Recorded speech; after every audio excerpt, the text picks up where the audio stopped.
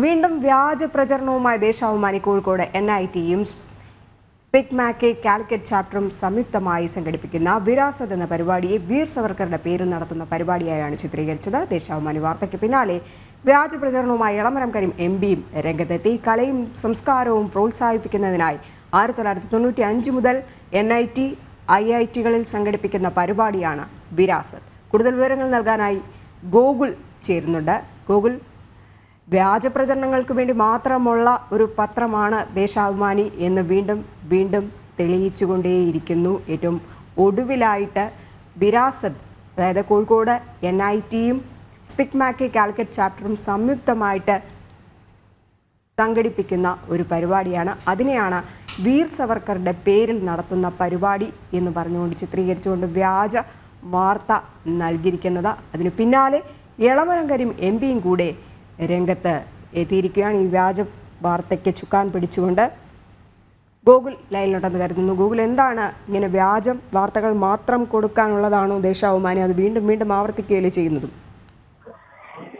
1995 മുതൽ NITകളിൽ സംഘടിപ്പിക്കുന്ന വിരാസത് എന്ന് പറയുന്ന പരിപാടിയെയാണ് വീർ സവർക്കറിന്റെ പേരിനോട് ഉപമിച്ചുകൊണ്ട് ഇത് RSS സംഘടിപ്പിക്കുന്ന പരിപാടിയാണ് എന്ന രീതിയിൽ ദേശാഭിമാനി വാർത്ത നൽകിയത്. ദേശാഭിമാനി തുടർച്ചയായി 2 ദിവസങ്ങളിലായി ആ വാർത്ത വരുന്നു. ഇന്നലെയായിരുന്നു ദേശാഭിമാനി ഇത്തരത്തിലൊരു വാർത്ത പ്രസിദ്ധീകരിച്ചത്.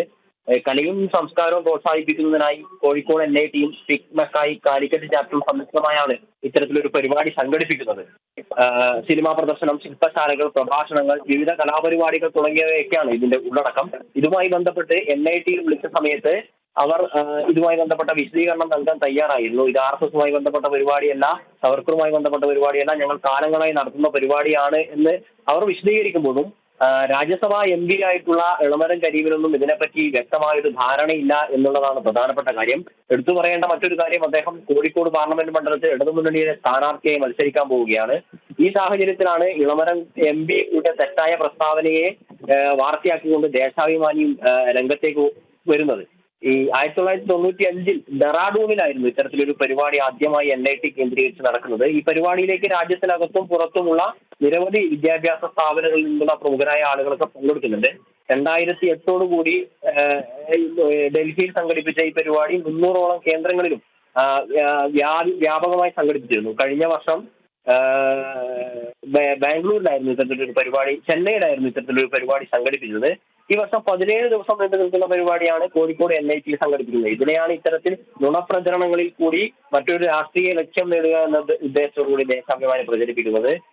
ഇതിനെതിരെ എന്തായാലും NIT ഉൾപ്പെടെയുള്ള സംവിധാനം പത്രക്കുറിപ്പുകളിൽ കൂടിയും മറുപടി നൽകും. ഗോവയുടെ ഈ കൃത്യമായിട്ടുള്ള വിശദീകരണം അടക്കം ഈ കാലിക്കറ്റ് സർവകലാശാല നൽകിയിട്ടുണ്ടായിരുന്നു. അതിന് പിന്നാലെയാണ് ഇത്തരത്തിൽ വ്യാജ പ്രചരണങ്ങൾ നടത്തുന്നത് പോലും.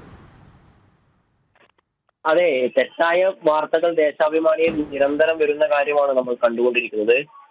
ഇത്തരത്തിൽ ഈ ഒരു NIT പോലെയുള്ള വിദ്യാഭ്യാസ സ്ഥാപനവുമായി ബന്ധപ്പെട്ട് എന്തൊക്കെ പരിപാടികളാണ്, അല്ലെങ്കിൽ സ്പിക് മാക്കെ എന്താണ് എന്നൊന്നും അറിയാത്ത ഒരു പത്ര സ്ഥാപനത്തിന്റെയും അല്ലെങ്കിൽ രാജ്യസഭാ MPയുടെയും ഒക്കെ ക്വാളിറ്റി എത്രത്തോളം ഉണ്ട് എന്ന് സാധാരണപ്പെട്ട ജനങ്ങൾ മനസ്സിലാക്കുന്നതിനുള്ള ഒരു ഉദാഹരണമായിട്ട് വേണം ഇതിനെ മനസ്സിലാക്കാൻ.